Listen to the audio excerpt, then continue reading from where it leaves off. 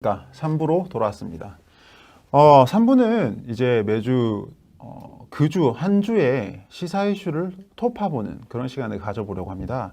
그래서 뭐 너무 무겁지 않고 가볍게 마치 우리 시청자 여러분들과 수다를 떠는 그런 느낌으로 한번 진행을 해볼까 합니다. 이제 첫 번째 주제가 대통령의 미신적 공포입니다. 이게 뭐냐? 탈원전 정책에 대해서 얘기를 하는 건데요. 뭐 문제 많다고들 많이 들어보셨을 겁니다. 이게 이제 얼마 전 한 신문사의 칼럼에서 이 대통령의 원전 공포증에 대한 이야기가 나왔었는데요. 그때 나왔던 게 뭐였냐면은 이 원전 재난영화 혹시 판도라라고 아시나요? 무슨 갑자기 원전이 막 터져가지고 온 나라가 만신창이가 되고 막 이 지옥불번도 헬조선 난리가 나는 그런 아주 전형적인 감성팔이식 공상 영화인데요. 이 영화 판도라를 본 대통령이 영화와 현실을 구분하지 못해서 생긴 이 공포에 의해서 탈원전 정책이 반영됐다. 뭐 이런 뉘앙스의 글이었습니다. 사실 이 칼럼을 읽으면서 에이 설마 아무리 우리 문재인 대통령께서 순수하셔도 아무리 뭐 다양한 경험이 없으셔도 그렇지 설마 영화와 현실을 구분하지 못하셨을까 뭐 그런 당연한 생각을 했는데요. 아이고 근데 알고 보니까 이게 어느 정도 합리성이 있는 주장이더라고요. 실제로 문재인 대통령께서 탈원전 이야기를 처음 꺼낸 게 언제였냐면은 영화 판도라의 시사회장이었습니다. 그러니까 영화 판도라를 보시고 나서 아주 막 끌어오르신 거죠. 막 걱정이 되고 막 이거 도저히 이래서는 안 되겠다. 우리 탈원전 정책을 해야겠다. 이런 말씀하신 건데 이게 재밌는 게 정작 이 원자력 전문가들은 그 영화를 보면서 코웃음을 쳤어요. 이거는 도저히 현실 속으로 있을 수가 없는 전혀 과학적이지도 현실적이지도 않은 영화다.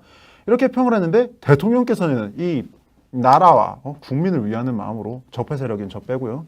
그런 마음으로 탈원전을 해야겠다. 이렇게 나온 겁니다. 글쎄요.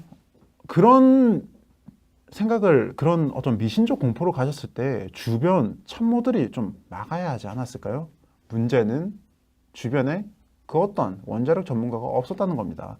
그러니까 그 요즘 왜 유행하는 말 있죠? 우리 인이 하고 싶은 거 다 해! 이러면서 주변 참모들께서도 원자력 탈원전 정책 하지 않을까? 오, 좋은 것 같습니다.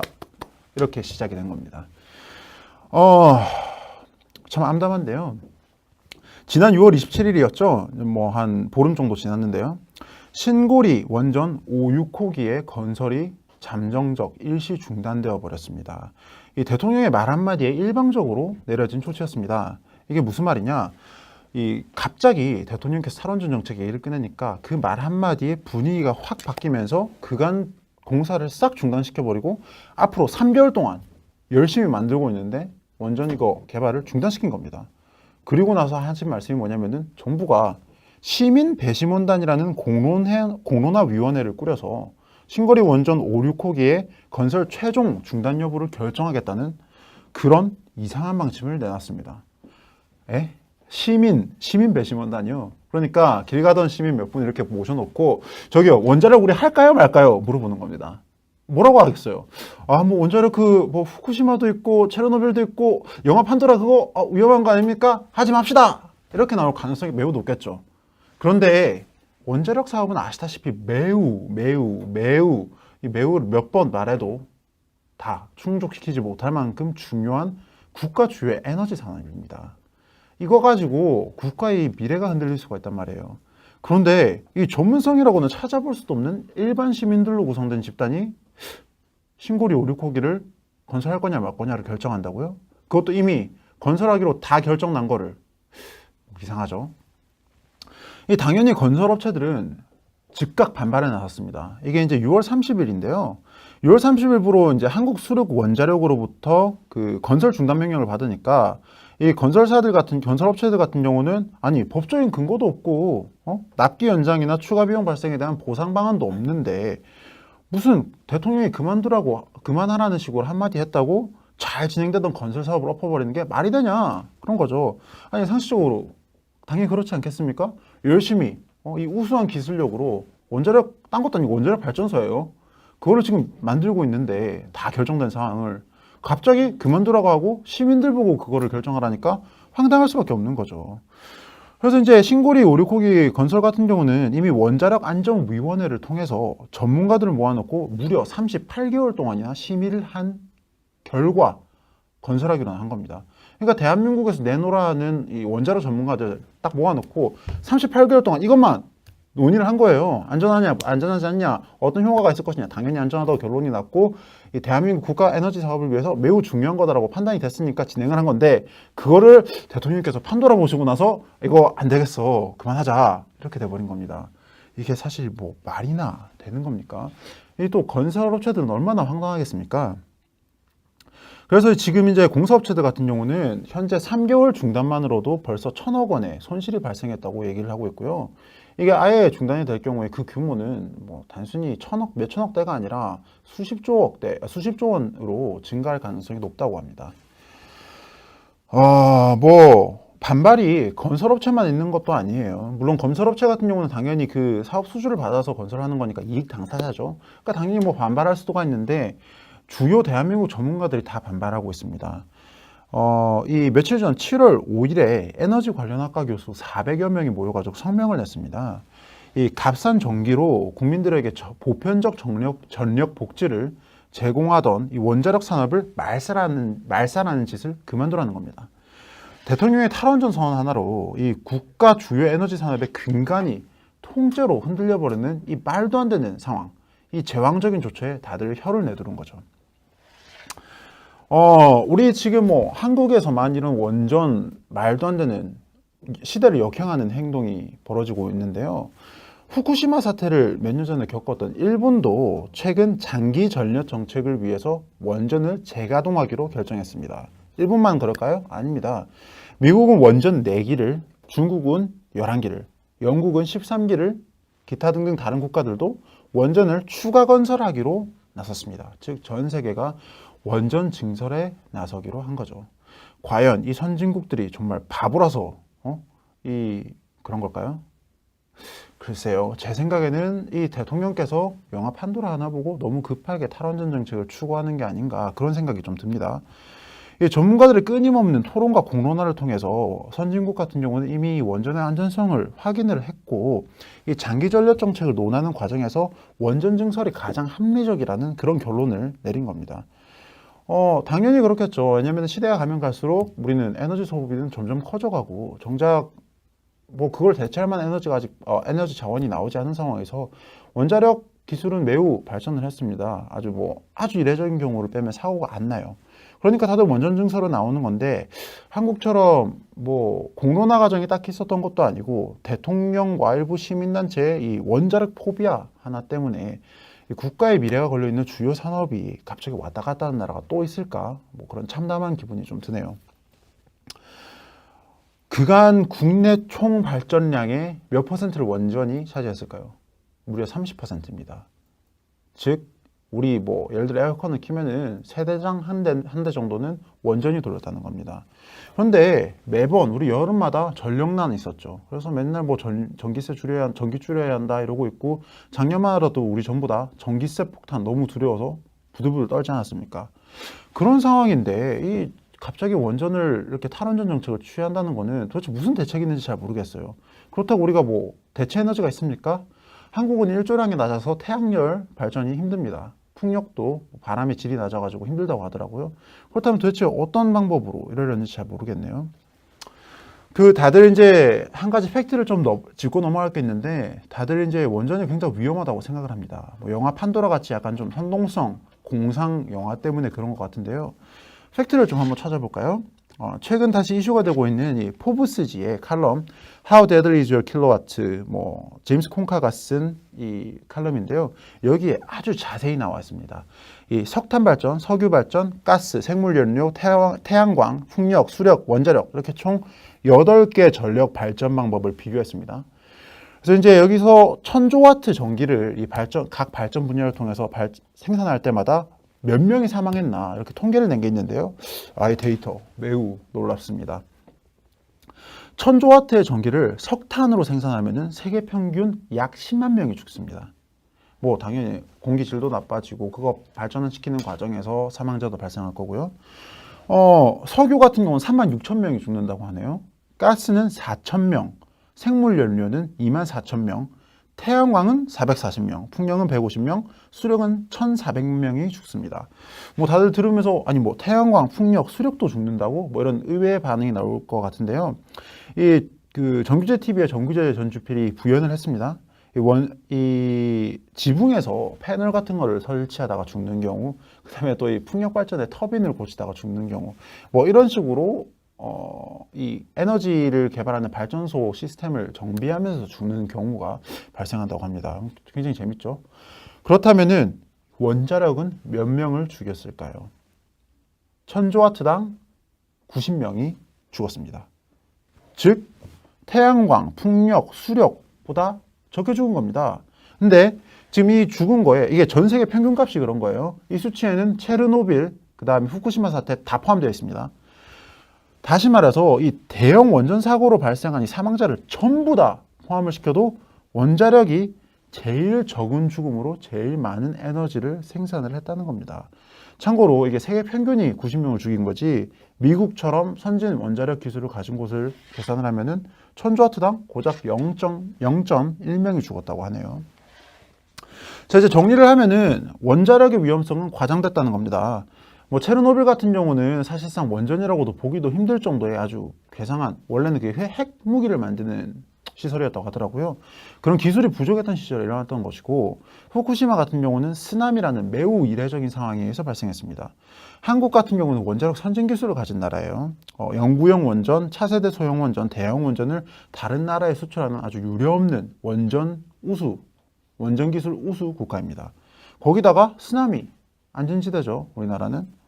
그러니까 체르노빌이나 후쿠시마 같은 일이 일어날 경우는 매우 극히 거의 없다고 봐야 하고요. 만약 위험성만 생각하면은 지금 화력발전소가 훨씬 더 크다는 겁니다. 대형 재난으로 일어날 가능성은요.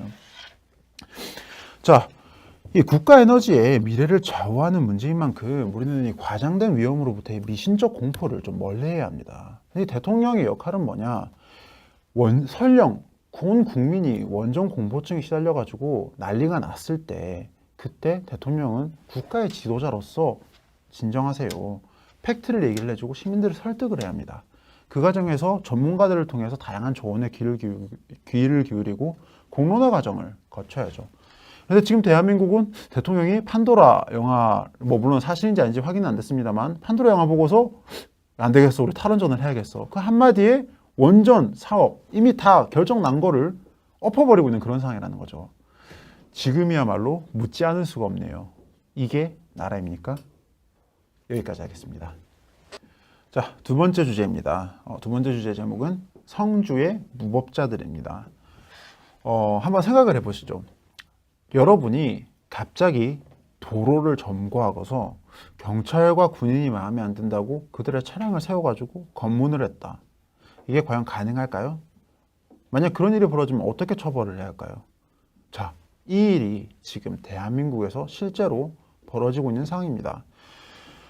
이 사드 기지가 있는 경북 성주 골프장 입구에 이 불법 민간 검문이 지금 무려 석 달째 이어지고 있습니다.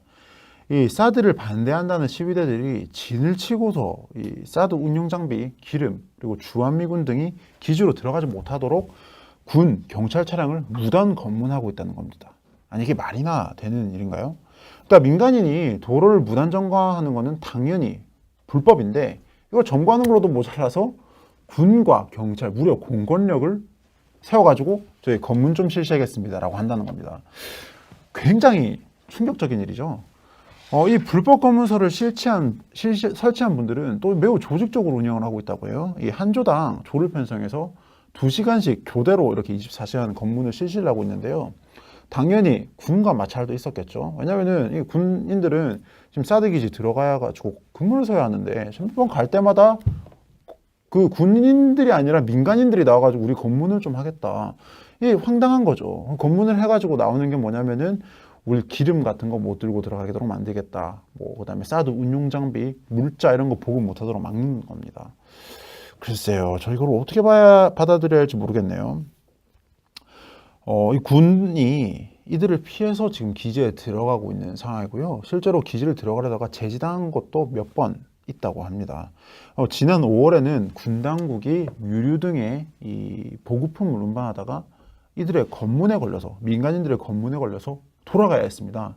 그러니까 군 기지에 군 물자를 보급을 하던 군인들이, 대한민국 땅을 지키는 대한민국 영토 내에서의 군인들이 대한민국 국민들에 의해서 잡아 세워져 가지고 무단 검문 당하고, 너 기름 들고 들어가네? 들어가지 마. 너 사드 운영할 거지. 막혔다는 겁니다. 그렇게 지금 상황이 이러다 보니까 검문소를 피하기 위해서 지금 군 부대가 헬기를 통해서 물자를 이동을 하고 있다고 해요. 뻔한 이 육로 놔둬놓고 헬기를 통해서 이동을 하다 보니까 이 얼마나 소모가 심합니까? 병력 소모, 자원 소모 굉장히 심하겠죠. 당연히 헬기로 이동을 하다 보니까 이 낭비류 같은 문제 때문에 의해서 물자를 잃어버리는 일도 있었고요. 그러다 보니까 이 물자가 추락해서 뭐 또 군병력 100여 명을 야산에 풀어가지고 잃어버린 기름통 찾으러 돌아다니고 아주 그냥 난리를 쳤다고 하더라고요. 자, 정상적인 사람이었더라면은 지금쯤 사실상 욕이 올라오는 게 정상이겠죠. 저는 사실 이 얘기를 들으면서 좀 어이가 없더라고요. 저도 군복무를 해봤지만 민간인이 군부대 앞에서 진을 치고서 제가 군부대 들어가려고 하는데 막는다? 굉장히 화가 날 법한 일인데, 이 아무리 나라가 엉망진창이라지만 대한민국의 방위를 담당하는 합법적 무력 조직인 군대가 민간 시위대의 불법 검문에 제지를 당하고 있는데 이걸 지금 손을 놓고 있다는 게 말이나 되는 건가? 그야말로 국기가 문란해지고 국격이 떨어진 일이죠. 그래서 이제 이 공권력은 도대체 뭐라고 했냐? 사람들이 항의를 했습니다. 신고를 했죠. 그래가지고 투입이 돼가지고 신고와 항의를 받은 경찰들이 이 성주 골프장 입구로 가서 이 현장에 출동을 했습니다. 그런데 시위대들이 거센 저항을 해버렸습니다. 그래서 어떻게 했냐? 경찰들이 물러났습니다. 아무것도 못한 거예요. 불법 검문서를 철거하고자 하는 움직임이 무려 뭐 한 3번 정도 있었다고 해요. 근데 시위대가 물러나지 않는다는 이유만으로 지금 계속 그냥 팔짱 끼고 지켜보고 있습니다. 무려 석 달째 민간인들이 불법 검문을 벌이고 있는 겁니다. 근데 재밌는 게, 매우 충격적인 것은 또 이 불법 검문을 벌이는 분들이, 심지어 이걸 주도하는 분들이 성주 시민들도 아니라고 해요. 이 자꾸 이슈가 되니까 최근 성주 군청 관계자가 한 언론을 통해서 발표를 했습니다. 현재 이 사드 반대 집회는 외부 세력에 의해서 주도되고 있고요. 이 불법 검문에 가담하는 외지인이 한 20여 명 정도 되는 반면 성주 소성리 주민은 10명 정도밖에 안 된다고 합니다. 이 외부 세력은 당연히 반미 시위 때마다 계속해서 활약을 해온 반미 극좌 단체들이죠. 왜 극좌 세력이냐? 지금 아까 성주군청 관계자도 그런 말씀을 하셨는데, 사실 이 성주 시민분들께서 아주 극단적으로 그렇게 가게 됐건 건들의 중심에 이 폭력을 자꾸 사용하시는 반미단체들이 계속 꾸준히 있었기 때문입니다. 혹시 뭐 기억을 하시는지 모르겠는데 벌써 이게 1년 전이네요. 2016년 7월입니다. 2016년 7월 15일에 당시 황교안 국무총리와 한민구 국방장관께서 성주 내려와가지고 이 당시 뭐 전자파 참여다 뭐다 잘못된 괴담이라든지 이런 걸 바로잡기 위해서 내려가가지고 이 설명회를 한 적이 있었습니다. 그때도 이제 폭력 사태가 발생을 했었어요. 뭐 차량을 타고 가고 있는 이 대열에 갑자기 뛰어들어가지고 유리창을 깨기도 하고 본넷 위로 올라가서 뭐 이런 걸 저지하기도 했고, 뭐 계란, 물병 세례, 이거는 워낙에 이 충격적인 장면에서 다들 이렇게 머릿속에 이렇게 딱 기억이 남으셨을 건데요. 그 당시에도 이 관련해 가지고 공식 사과를 했었습니다. 성주 사드 배치 저지 투쟁 위원회가 이 폭력 사태가 발생한 점에 대해서 정말 죄송스럽게 생각을 한다. 앞으로 국민은 절대로 물리력을 동원하지 않을 것이다 라고 얘기를 했고, 거기에 또 추가적으로 이제 설명을 했던 게, 사실 이번 폭력 사태는 외부인이 개입해서 발생한 것이다 라는 설명을 했었습니다. 그 당시 이제 사드 투쟁위 공동위원장의 말씀이신데요. 이제 외부인 오지 말라고 계속 했는데 자꾸 시위꾼들이 붙어서 이 순수한 농민들이 군 중심에 휩쓸려가지고 그렇게 폭력 사태까지 이어지게 됐다, 이런 말씀을 하신 겁니다. 실제로 이제 경찰들이 당시 뭐 체증 자료를 좀 모았었는데요. 뭐 전문 시위꾼이라고 알려져 있는 그 당시 뭐 한국진보연대, 평화통일을 여는 사람들 등등 급진 진보 성향 단체, 뭐 흔히들 극좌 단체라고 많이 표현들 하죠. 이런 분들의 단체 51개가 모여가지고 사드 한국 배치 반대 전국 대책 회의를 만들었고요. 이분들을 중심으로 해서 계속 반미 시위, 그다음에 사드 반대 투쟁이 이루어지고 있습니다. 뭐 얼마 전에 대사관 포위 사건도 그랬고, 뭐 이번 지금 발생하고 있는 무단 민간 검문이라든지 이런 것들, 그러고 보면 우리 극좌 단체분들, 뭐 자칭 진보 세력분들을 보면 참 재밌어요. 항상 이 이슈가 터질 때마다 그 자리에 뛰어들어 가지고 거기에 계신 분들의 어떤 특정 사건을 이용을 하는 좀 경향을 보입니다. 예전에 효순이 미선이 사건 같은 경우도 그 신미선 양이 맞나요? 그 두 여학생의 안타까운 죽음이 발생을 했었을 때 이분들이 가가지고 이거를 반미시로 이용을 했죠. 심지어는 그 두 유족분들 아버지께서 이제 그만 좀 해라. 미군들이 의도적으로 얘들이 미워서 그런 것도 아니지 않느냐. 자꾸 정치적으로 이용하지 말라라고 이렇게 부탁을까지 했는데 아무 소용없이 아직까지도 그런 시위를 이어오고 있습니다. 마찬가지, 전 사실 이번 사드 배치건도 마찬가지라고 생각을 합니다. 성주가 볼모로 잡혀 있는 겁니다. 시민들 같은 경우야 거기 사는 분들인데 자꾸 이상한 분들이 오셔가지고 너희들 다 죽는다, 전자파가 매우 위험하대, 이런 말 하면서 사드가 오면은 무슨 뭐 평화가 가고 위기가 오고 뭐 전쟁이 터지고 성주가 뭐 위험해지고 이런 말들을 하는데, 아니 당연히 시민들로서 불안감을 느끼는 건 당연한 거겠죠. 이런 것들을 중간에서 누군가가 나서서 설명을 좀 해주면서 진정을 시켜드리고 명백한 객관적 사실과 합리적 토론을 통해서 이분들을 좀 이성적으로 이끌어내서 이 문제가 없다는 것들을, 그런 피해의식에서 벗어나게끔 만들어줘야 하는데 자꾸 이런 이상한 분들이 와서 부채질 하는 거죠. 귀에 대고 속삭이는 겁니다. 언제까지 지켜보고 있어야 할까요? 그리고 언제까지 공권력은 이렇게 손을 놓고만 있어야 할까요? 시위만 터졌다고 하면은 무슨 뭐 국민이 시민이 하면서 폭력을 쓰고 있고, 심지어는 군 경찰의 차량을 민간인들이 도로를 점거하고서, 그것도 군기지 앞을 점거하고서 무단 검문까지 벌이고 있는 이런 상황. 야, 이거 참, 아까도 이 말을 했는데 또 이 말을 안 할 수가 없네요. 이게 나라입니까? 여기까지 하겠습니다.